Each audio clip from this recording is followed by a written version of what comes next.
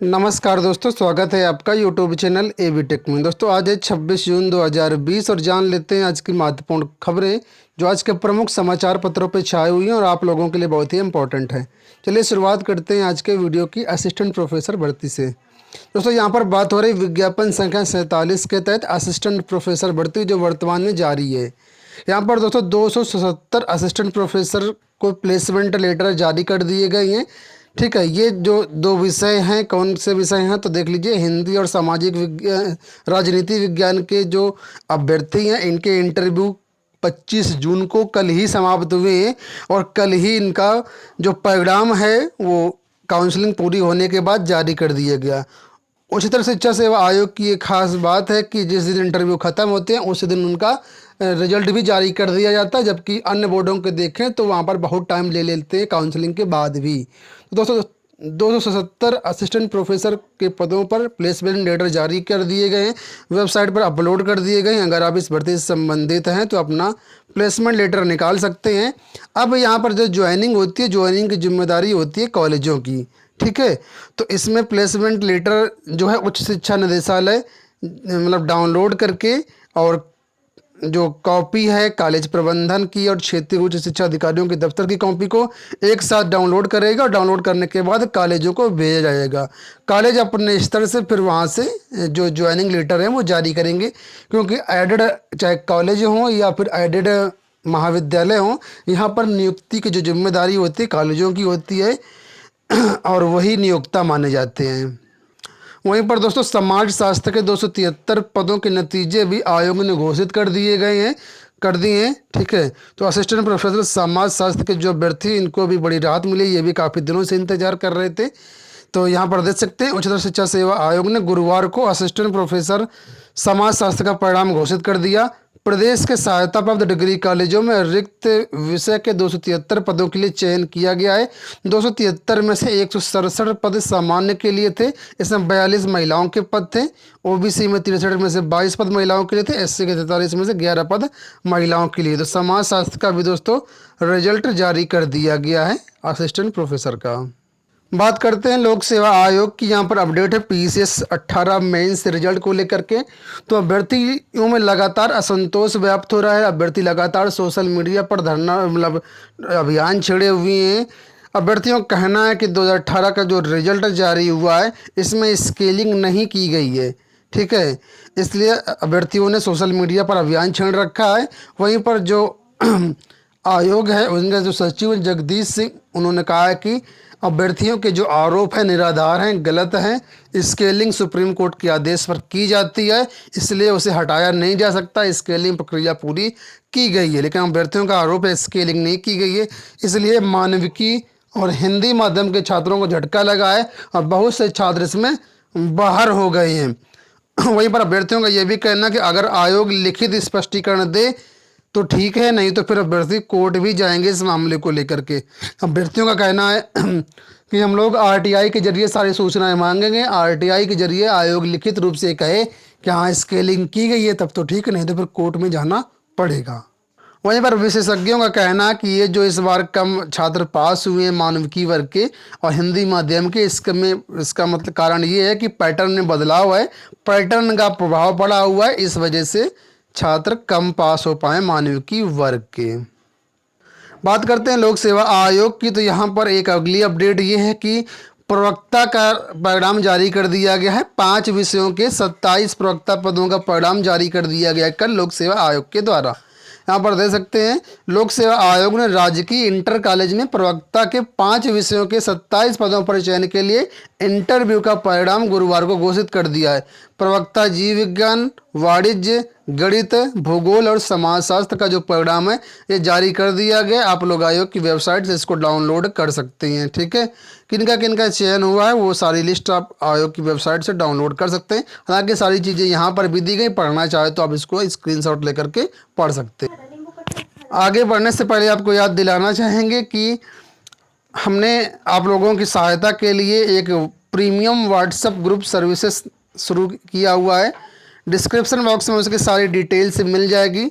बहुत सारे फ़ायदे हैं प्रीमियम व्हाट्सएप ग्रुप से जुड़ने के लिए।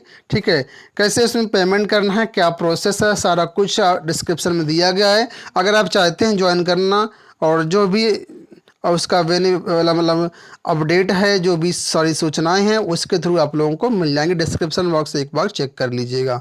ठीक है, सीबीएसई और एसएससी बोर्ड को लेकर के अपडेट है कि 10वीं और 12वीं की जो परीक्षाएं वो रद्द कर दी गई हैं। अब इसमें ऑप्शन क्या है, किस तरीके से छात्रों को पास किया जाएगा, तो यहाँ पर दे सकते हैं। जो 12वीं के छात्र हैं उनके लिए दो विकल्प होंगे। पहला विकल्प ये है कि आंतरिक मूल्यांकन के आधार पर जो रिजल्ट है वो तैयार किया जाएगा। ठीक है, और दूसरा ऑप्शन ये है कि बाद में परीक्षा होगी। अगर कोई अभ्यर्थी परिणाम से आंतरिक मूल्यांकन के आधार से संतुष्ट नहीं है तो बाद में वो परीक्षा भी दे सकता है मैनुअली रिटर्न रूप से, और बाद में उसको जैसा उसका मतलब इस परफॉर्मेंस होगी उस हिसाब से उसका रिजल्ट जारी होगा। वहीं पर 10वीं के छात्रों के लिए कोई विकल्प एक्स्ट्रा नहीं है, सिर्फ एक ही विकल्प है। इनको आंतरिक मूल्यांकन के आधार पर पास किया जाएगा, पुनः परीक्षा का इनके पास विकल्प नहीं होगा। इसी तरीके से दोस्तों जो यूनिवर्सिटी की परीक्षाएं हैं उनमें भी इसी तरीके से करने जाने की तैयारी चल रही है। संभावना है कि वहाँ पर भी अब आंतरिक मूल्यांकन के आधार पर ही पास किया जाएगा। हालांकि इसके बारे में, यूनिवर्सिटी के बारे में अभी सारी गाइडलाइंस नहीं आई हैं, अभी इसमें संशय है। बात करते हैं सीटीईटी की। तो सीटीईटी की जो प्रवेश परीक्षा होनी थी 5 जुलाई को, उसको पोस्टपोन कर दिया गया। यहाँ पर अपडेट है टीजीटी पीजीटी और भर्तियों को लेकर के। लिखा है नियुक्ति देने वालों पर लटकी कार्यवाही की तलवार। दोस्तों यहाँ पर बात हो रही किसी विशेष टीजीटी पीजीटी भर्ती की बात नहीं हो रही है, बल्कि यहाँ पर बात हो रही है एडेड माध्यमिक विद्यालयों में जिस तरीके से गड़बड़ियाँ होती हैं, धांधली होती है, उसके बारे में यहाँ पर अपडेट है। लिखा है कि एडेड माध्यमिक कॉलेजों की शिक्षक नियुक्ति में हेराफेरी करने वाले अब निशाने पर हैं। शासन के निर्देश पर मंडलीय संयुक्त शिक्षा निदेशकों को आख्या के साथ तलब किया जा चुका है। सभी से पूछा गया कि शिक्षक पद का अध्याचन यदि चयन बोर्ड नहीं भेजा गया है तो दोषी अधिकारी का नाम क्या है, उसकी वर्तमान में तैनाती क्या है, कहाँ है। इस सवाल से साफ है कि कार्यवाही की तलवार लटक रही है, बस जाँच पूरा होने को इंतजार है।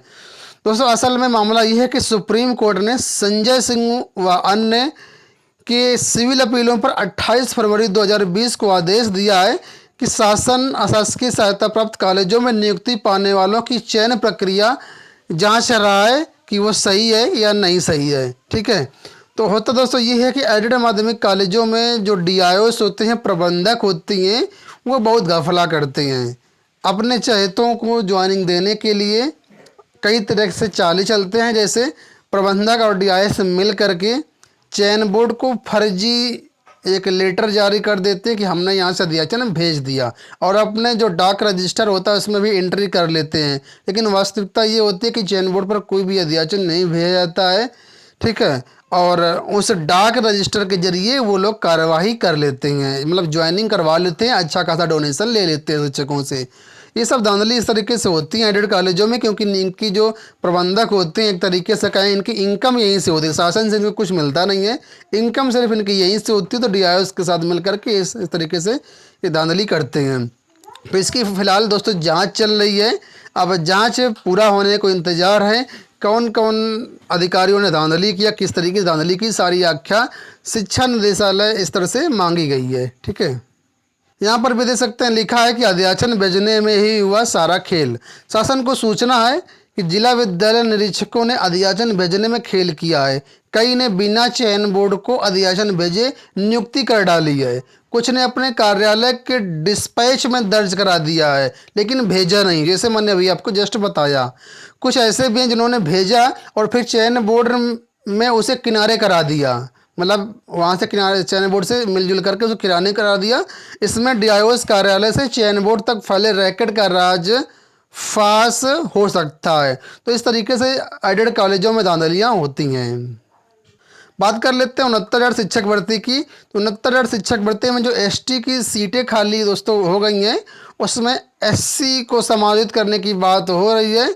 और जो भी अभ्यर्थी ऐसे मांग कर रहे हैं कि जब एसटी की सीटें खाली हैं, एसटी की अभ्यर्थी ही नहीं है, तो जो 1133 सीटें खाली बच रही हैं इनको एससी के कैंडिडेट से भर दिया जाए, क्योंकि नियमावली में ऐसा प्रावधान है कि अगर एसटी के कैंडिडेट नहीं मिलते हैं तो उन सीटों को एससी के जरिए समायोजित किया जाता है। ठीक है, तो अभ्यर्थी यही मांग कर रहे हैं कि इनको भरा जाए।